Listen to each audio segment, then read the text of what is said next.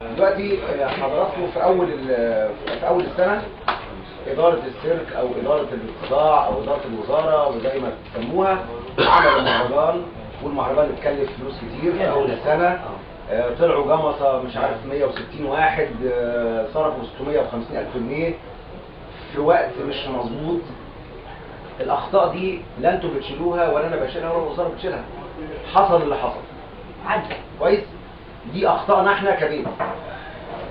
الخطأ اللي على وزارة المالية ان احنا جم في نص السنة وقالوا لنا ال 560 اجر نظير عمل عندكم هنشيل منهم 360 واحد يخش عقود، فاتنقلوا من باب لباب.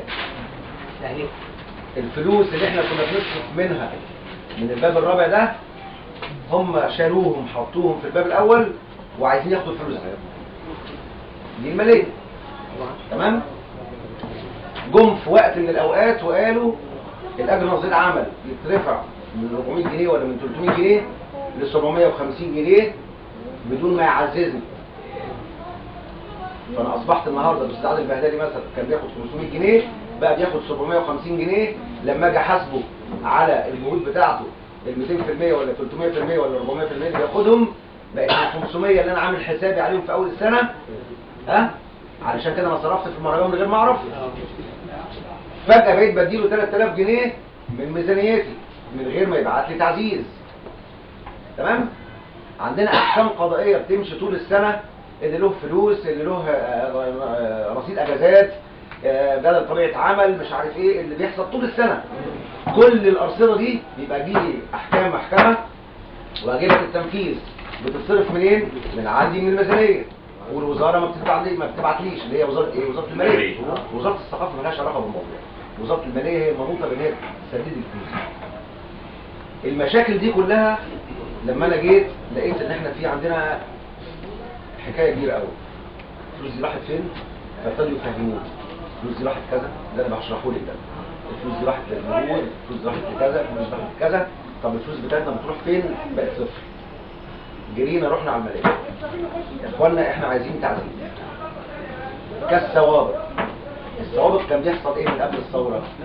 ان احنا كنا نشتغل زي ما احنا عايزين، نصرف زي ما احنا عايزين، نعمل مسرح زي ما احنا عايزين، نعمل مهرجانات زي ما احنا عايزين، ونيجي على شهر واحد الحقونا يا ماليه ابعتوا لنا عايزين قد ايه؟ عايزين 2 مليون، روح بعت لنا مليون او نص مليون. شويتين ويتحايل لهم تاني يقول لك ابعت لك نص مليون. الدنيا كانت ماشيه ولذيذه. جينا من بعد الثوره وابتدت الفلوس تقف كويس لغايه لما جه حسن خلاف وراح مره جاب تعزيز كده جدعان.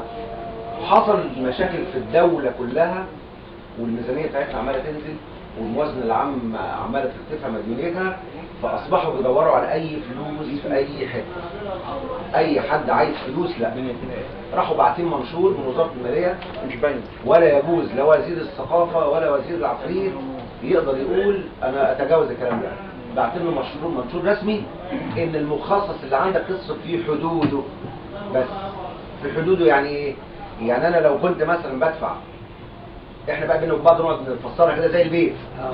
بقى جوزك روح مدي لحضرتك 1000 جنيه اول الشهر تمشي بيهم، تيجي على اخر الشهر تقول له ما معيش، يقول لك انا هجيب لك منين؟ بعد الفلوس اللي بتاعتي اديتها لك. فده اللي حاصل. عندنا بقى كان ايه؟ اسهال انتقالات، اسهال مكافآت، اسهال مش عارف ايه. اقف اقف اقف اقف، لا وقف الكلام ده كله. الانتقالات كان في مدير عام بياخد 250 جنيه نزلناها ل 150 جنيه في الشهر. مدير الاداره كان بياخد 200 جنيه نزلناها ل 120 جنيه في الشهر. الموظفين اللي هم المفروض اللي هم بيتنقلوا فعلا يروحوا يخلصوا مشاوير وحاجات من دي، اللي كان بياخد 150 جنيه نزلناها ل 60 جنيه في الشهر. فابتدينا ايه؟ نصغر. ادي فلوس اتركنت ومفيش، يعني اساسا احنا وصلنا للتجاوز فيها فما بقاش فيه. فقلنا حتى البدل اللي اتقالت ديت هتتاجل لامتى؟ ل1/7 لما يجي لنا الميزانيه الجديده. انا كنت بتمنى وكنت بحلم اني ادخل على الميزانيه الجديده وانا معليش مديونيه كبيره.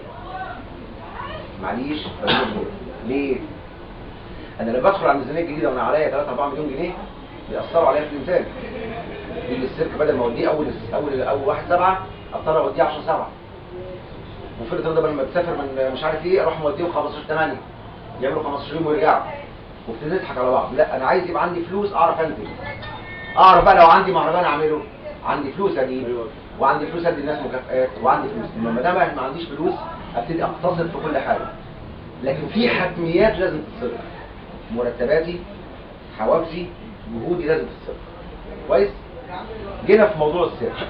السيرك المفروض ان انا بشتغل 6 شهور وبعمل بروفات 6 شهور، مش كده؟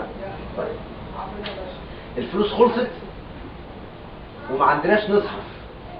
طب انا عندي لائحه بتقول لازم اشتغل 6 شهور ولازم اشتغل 6 شهور ولازم اعمل بروفات 6 شهور. طب انا تقريبا اشتغلت ال6 شهور الشعبة الواحدة، احنا شعبتين، المفروض انا كشعبة اشتغل على 6 شهور، انا ما اشتغلتش 6 شهور. كويس كويس. التشغيل احنا شعبتين حضرتك، يعني احنا الشعبتين انا عارف في شعبة بتبقى شغالة بتاخد 400% والشعبة اللي قاعدة بتاخد 250%، واعمل تباديل بياخد. حصل ان احنا كلنا زي ما وقفت اللجان، وقفت المكافآت، وقفت الانتقالات، فلازم انا كمان ناسي واهلي واللي انا موجود في وسطهم نتحمل. هتحمل ازاي؟ نفسك واهلك مش هيلاقوا ياكلوا، هيتحملوا هم ازاي؟ استنى بس يتحمل ازاي؟ ده اقول لك استنى ما نشوف التعامل ونرد على كله. انا اما اشتغل واخد 400% وانا ما عنديش الفلوس دي اساسا، او ما اشتغلش واخد ال 250% واقربهم اني ما اشتغلش واخد ال 250%. تمام؟ يبقى انا النهارده حتى لو انا ما اشتغلش انا هاخد 250% بتوعي.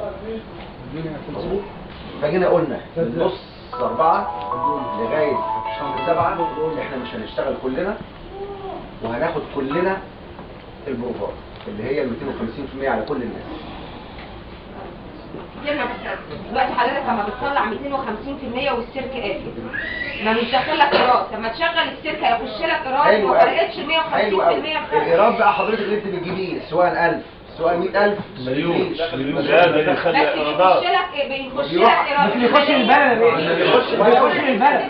يا جماعه افهموا، واحنا بنفهم يا كابتن. ما بيخش باب تاني ملوش دعوه. ما يخش بس بيخش للبلد. مالناش دعوه بالبلد، احنا ما بنتكلمش عن البلد دلوقتي.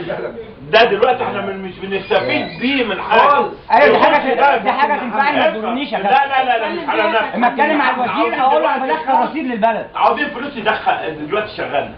احنا جبنا مليون، المليون دول بيروحوا بلاد، بيروحوا لوزاره الماليه. احنا فاهمين كل ده، مالكش دعوه بيهم، اكيد ما جابوش. لو تدخل ولا ما تدخلش احسن. هم مالهمش دعوه تدخل او ما يعني تدخلش. دخل احسن، لو دخل نص المصروف احسن مني. مش هتستفاد انت بيه في حاجه يا استاذ. استفاد يا حاج ان انا البلد هتستفاد يا كابتن. يا عم. سيب البلد دلوقتي، سيب البلد انت دلوقتي. يعني هم الدوله تدينا 250% وما تاخدش حاجه بقى. انت عندك اوريدي دلوقتي.